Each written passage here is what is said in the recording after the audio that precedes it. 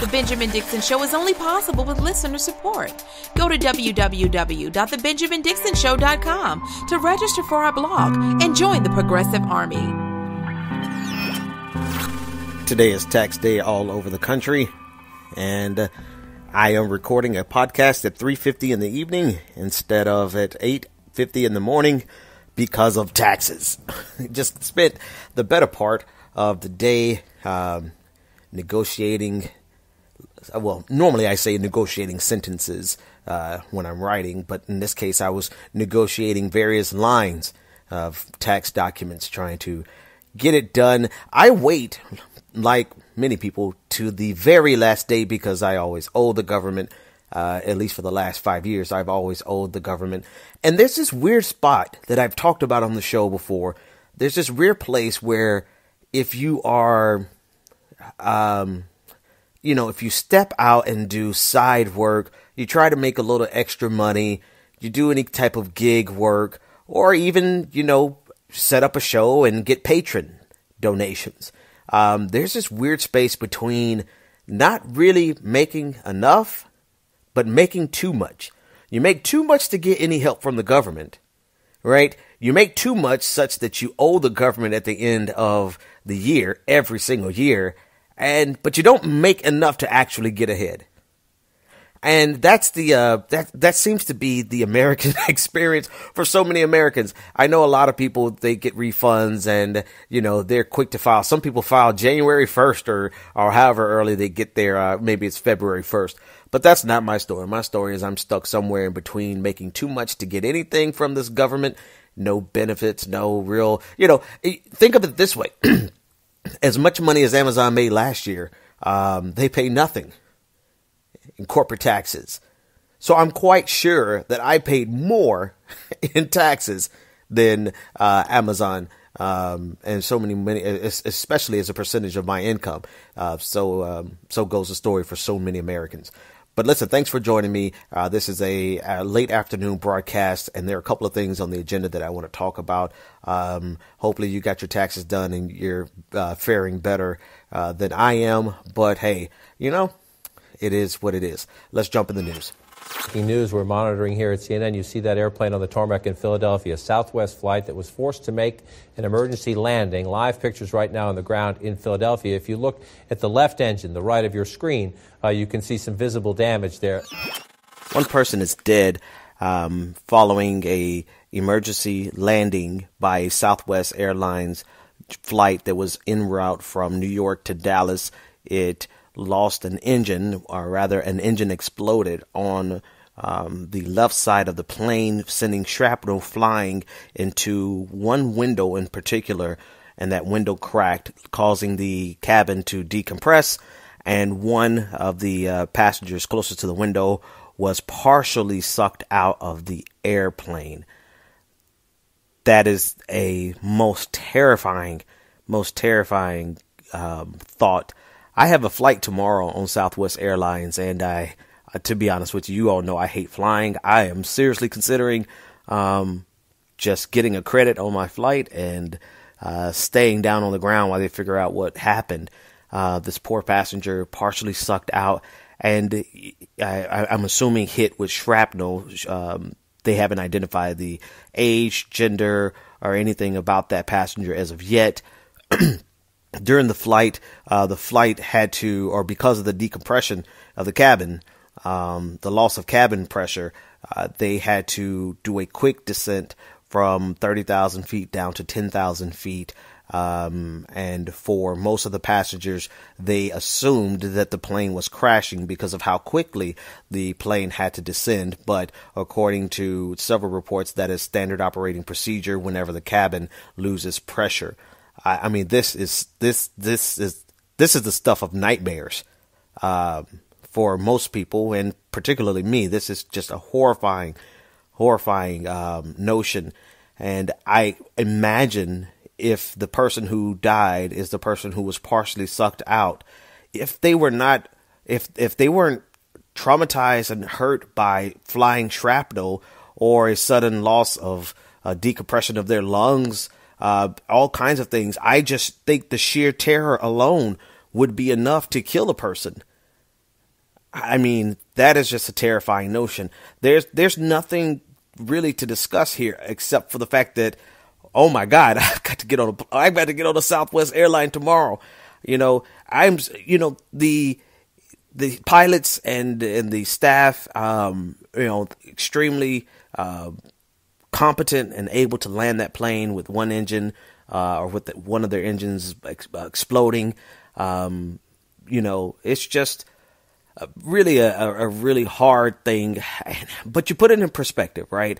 I guess that's the only thing that you could do. There's not really a lot of commentary here, except for me to just repeat over and over again how much I hate flying. But if you put it into perspective, this is the first death on a U.S. airline in 9 years. And yet I know the fear of flying is rather irrational, just based on the pure numbers. And I like to think of myself as a individual who is rational and could look at the numbers and accept the fact that it is just far more likely that someone would be killed in a car accident than a plane flight. But what is it about irrational fears? There's something about, they're irrational. There's no explaining them. There's no logic to them. There's no rationale. And so it doesn't help that a terrifying event like this happened today, and no idea who the individual was. But,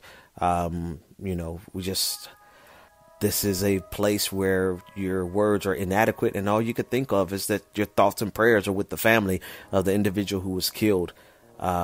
But so grateful that the other 140 odd passengers and 5 crew members, very grateful that they all landed safely and made it out alive, with the exception of one.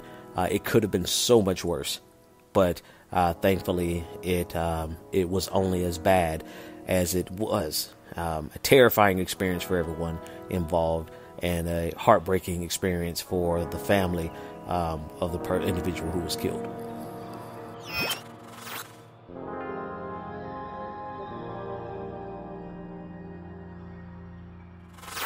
So in light of recent events, 2 different videos surfacing for Starbucks, one showing the arrest of 2 young black men who were simply sitting in Starbucks. And then a second video surfaced the next day of an individual, a black man, not being given permission to go into the restrooms while a white man was. In light of that, Starbucks has announced that they are going to shut down all of their stores in the near future in order to facilitate racial bias training. The manager who was involved in the incident that led to the arrest of the 2 young men in Philadelphia, that manager has been fired, and the CEO has put out a statement.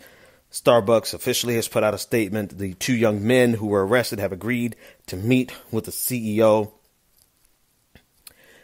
So Starbucks is trying to do everything they possibly can. I don't know how many people are calling for an official boycott of Starbucks, but Starbucks is doing its best to get ahead of this. This is not a Starbucks problem.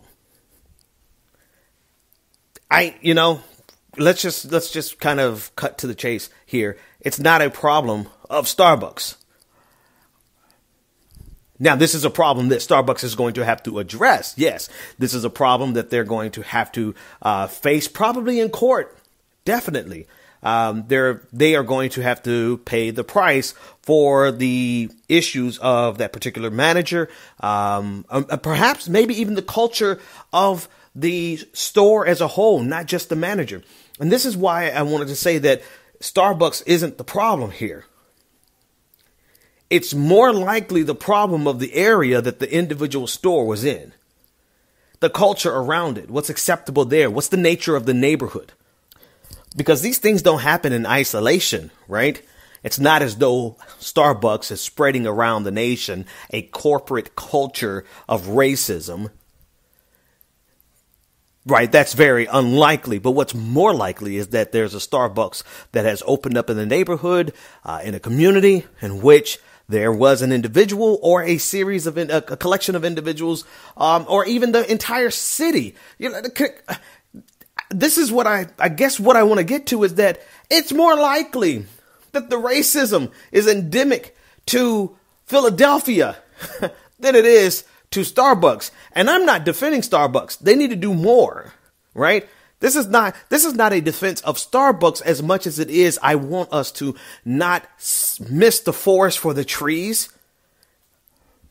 So Starbucks is going to have to be held to account. Starbucks is going to have to pay the price. Starbucks is going to have to shut down the entire store and make sure that, that their employees get the proper training, which is the right thing to do, right? They have to do that because as a corporation that's nationwide, it's international, but we're considering the ramifications here in the United States. So a corporation that's nationwide, they have to understand that they are opening up stores in cities where they're very likely to encounter quite a bit of racism because of the culture of the city or the culture of the particular community. It could be just the culture of of that one block. And if that sounds ridiculous to you, let me help you understand. When I was in Boston and I worked in Cambridge was super cool, right? I walked one block too far northwest, and it was no longer cool. It was very dangerous at a particular time of night for me.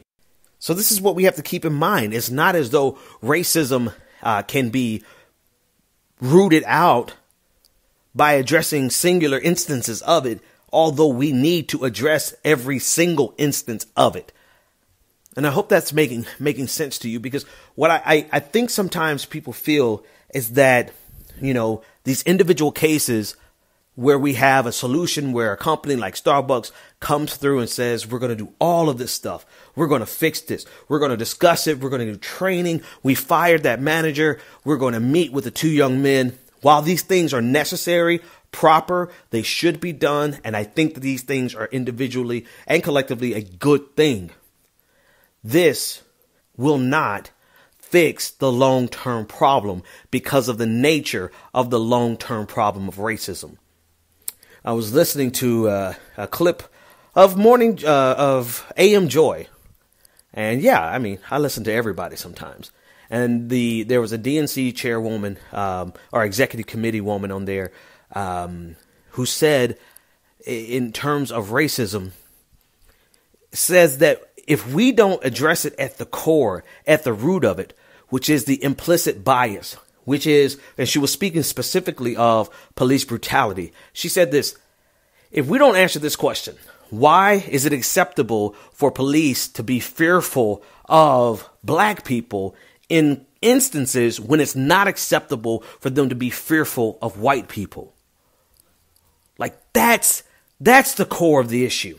And it's not an issue that's just relevant to the police.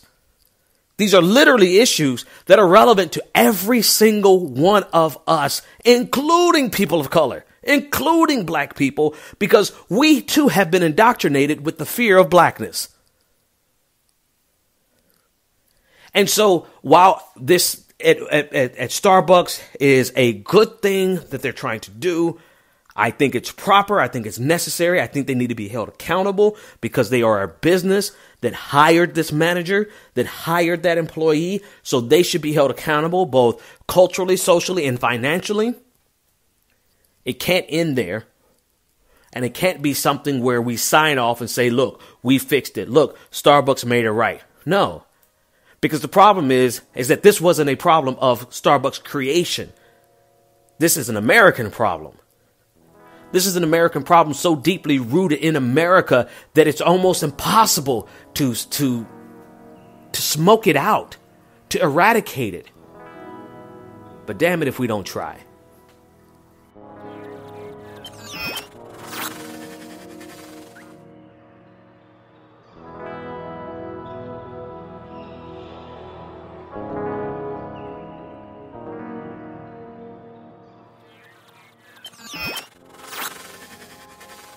Then the enemy doesn't have anything over you anymore. Stop being gilded, domesticated garbage. Stop being weak. And when you see a threat coming down on you, deal with it. Become a human again. Stop being weak. We got a bunch of criminals coming down on us. God. Ugh. Murdering scum. That was the voice of Alex Jones. You know his voice well. And he is now facing a lawsuit, a defamation of character lawsuit from 3 parents, 2 families that lost loved ones at Sandy Hook. Alex Jones has made a career off of peddling conspiracy theories, almost with impunity. And now he's finally, it looks as though at least the opportunity to make him pay the piper. I mean, think about it. Alex Jones has single-handedly helped foster this conspiratorial mindset across the country that is a festering, metastasized cancer in the brains of people who otherwise would be normal human beings. There was a brief documentary by Vice.com, where they went to Sutherland Springs, Texas, and there were 2 crisis actor advocates or conspiracy theorists, people who believe that none of these types of shootings happen. In fact, they're nothing more than crisis actors being paid by operatives who want to see America take their guns. This is literally the mindset of them. And they go so far as to having verbal and physical confrontations with family members of people who have been killed. And in the worst case scenarios, their children who have been killed. And so this is a mindset that has been festering and spreading across the country. And to be sure, there will always be a level of ignorance and conspiratorial thinking that will always exist, no matter whether or not someone like Alex Jones is present. But the thing is, because it always exists, you're going to always have people like Alex Jones present to capitalize on it if they are never held accountable. And that's why this lawsuit that was filed in federal court in Austin, Texas, where Alex Jones's company is based. This is why it's so important.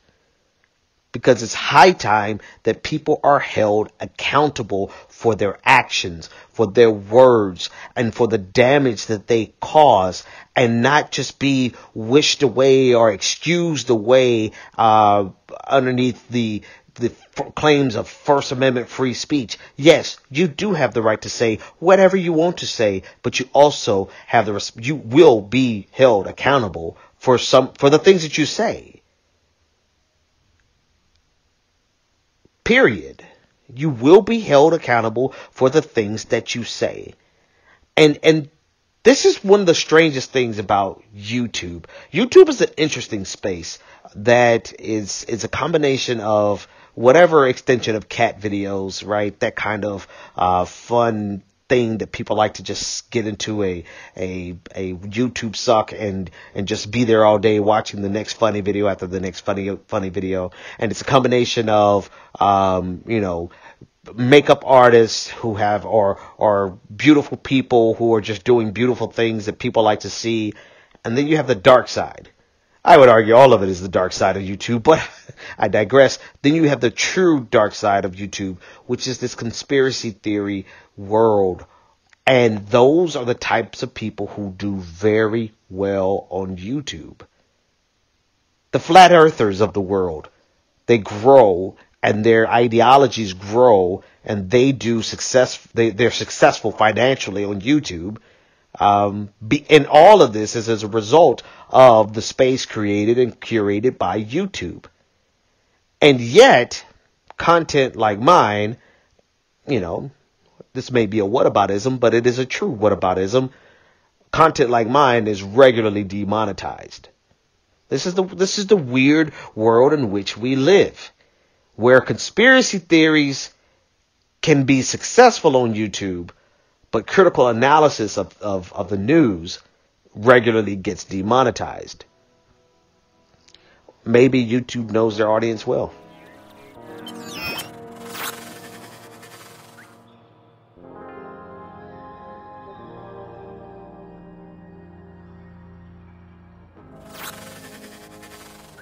So back in 2017, just at the beginning of Donald Trump's election, or Donald Trump's administration, rather, there was a mass shooting in Quebec, where 6 worshipers at a mosque were killed by a white man by the name of Alexander Bissonnette.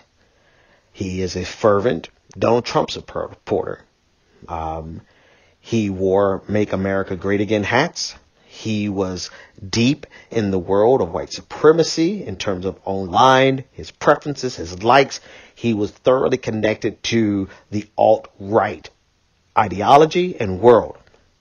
Yesterday during his trial for murder, it came out that this individual checked regularly leading up to the mass shooting. He regularly checked Twitter profiles of some key individuals, and the top of that list was none other than Ben Shapiro. Now, Ben Shapiro has since come out and said that this guy is a piece of scum, deserves to burn in hell. But if you think that I'm in any way responsible for it, go F yourself. This is what he said on Twitter. And nice straw man. No one says that you're responsible for that shooting, but we'll get to that in a second. Let me finish making my case. Here's the problem. There's always an asymmetrical war that the left is engaged in with the right. And the right has always tried to force the left and anyone who's not hard right like them, quite frankly, anyone who doesn't subscribe to their same ideologies fully, they try to force us to disavow someone loosely affiliated with us or not affiliated with us at all. You can remember back in the horrific massacre in Houston, where 5 police officers were killed by a black man. He expressly said in his note explaining why he did it that he was not affiliated or associated with Black Lives Matter. But for every day for the following month or so, people use that as an opportunity to attack the entire platform and agenda of Black Lives Matter. And now, here is a shooter who killed 6 Muslim worshipers at their mosque while they were praying. It has come out to not only be a Donald Trump supporter, not a subscriber to white supremacy and the Make America Great Again mantra, but a person who follows and listens to everyone on the right, from Alex Jones, who was on the list, Mike Cernovich, who was on the list, all the way up to Ben Shapiro, who was at the top of the list. Leading up days just before the shooting, he looked at Ben Shapiro's Twitter timeline over 93 times. What was he there for? He wasn't there to just look at Ben Shapiro's good looks. He was there to listen to the ideology and the teachings of Ben Shapiro. And while Ben Shapiro is not directly responsible for this, no one would make that argument, even though, and this is the asymmetrical fight, even though this is precisely the argument that people on the right would argue. They would demand that we disavow, that we have a sister soldier moment, that we come out and say that we condemn Louis Farrakhan or whoever. These are things that they demand on a regular basis, but it's not something that we on the left would demand of them, because we understand how fatuous that argument is. But therein lies the asymmetrical fight, where people like Ben Shapiro are never held accountable for the things that they spew, for the vitriolic, thinly veiled racist ideologies that they teach and preach. They're never held accountable for it. And this, if you drill down into this matter, the biggest threat in this country It's not radical Islamic terrorism. It's not black identity extremists, whatever the hell that is, whatever that was that the FBI coined. No, it's not that. The biggest threat in this country is right-wing extremism. White supremacy kills more people in this country than any other ideology. And granted, this killing took place in Canada, it was deeply rooted in the same American white supremacist ideologies that are peddled and soft peddled by people like Ben Shapiro. And that's the next thing. Ben Shapiro, just like Tucker Carlson, while they may disagree on some of their ideologies, that's besides the point. The point is they are carrying on and facilitating the role of people like Bill O'Reilly and even going back to William F. Buckley, where they have the responsibility of sanitizing racism and white supremacy. Ben Shapiro does his very best job of making it seem only logical that this is not really racist. This is just logical. This is not hatred. These are just the facts. When in reality, he's creating in almost every single case, he's trying to sell off onto his audience that he is extremely logical, when in fact, he is doing a disservice to anyone who subscribes to logic and reason. And he's doing so intentionally so that he can dress up white supremacist talking points in the guise of logic and reason. This is their job. This is what he in particular is there for. He's there to try to give some type of intellectual credence, to lend rather, some type of intellectual credence to bigots. And he does a fine job at it with his high school debate champion logic and reason. And so here we are, less than 24 hours after the news has come out that Ben Shapiro is at the top of the list of people who this mass murderer listened to and followed on Twitter and checked his timeline 93 times just leading up to this mass shooting. Here we are only 24 days after having that revealed, and yet it's over. Ben Shapiro is no more held responsible for it or even questioned about it more than 24 hours. Not to mention all the other people that were on that list.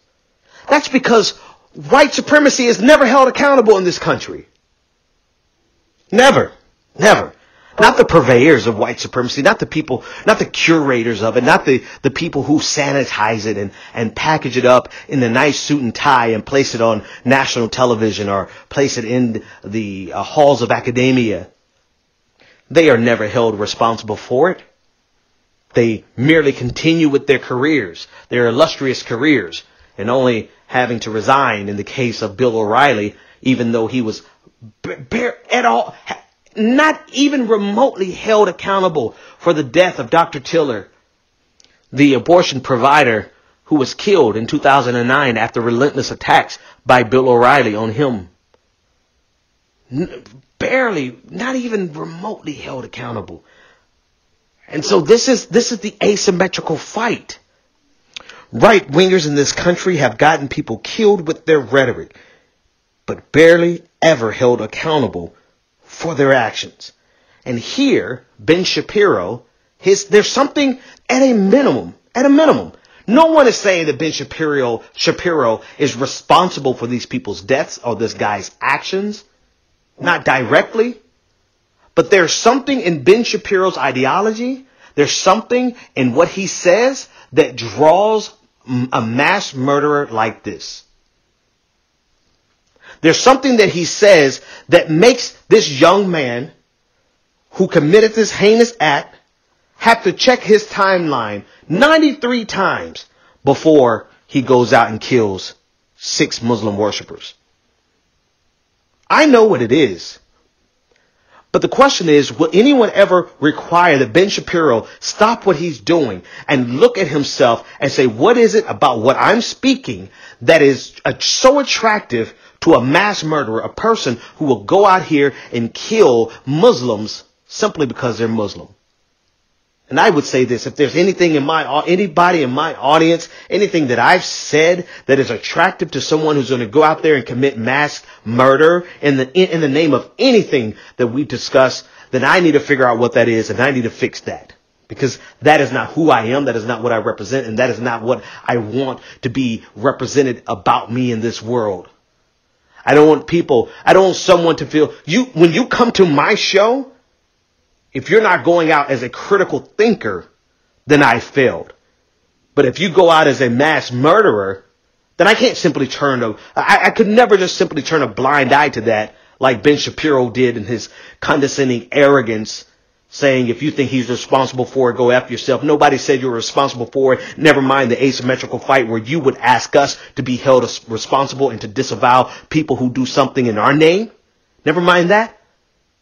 The point is that you are saying things on your platform that is so enriching to a white supremacist mass murderer that he had to come check your timeline 93 times. You should check yourself, Ben Shapiro.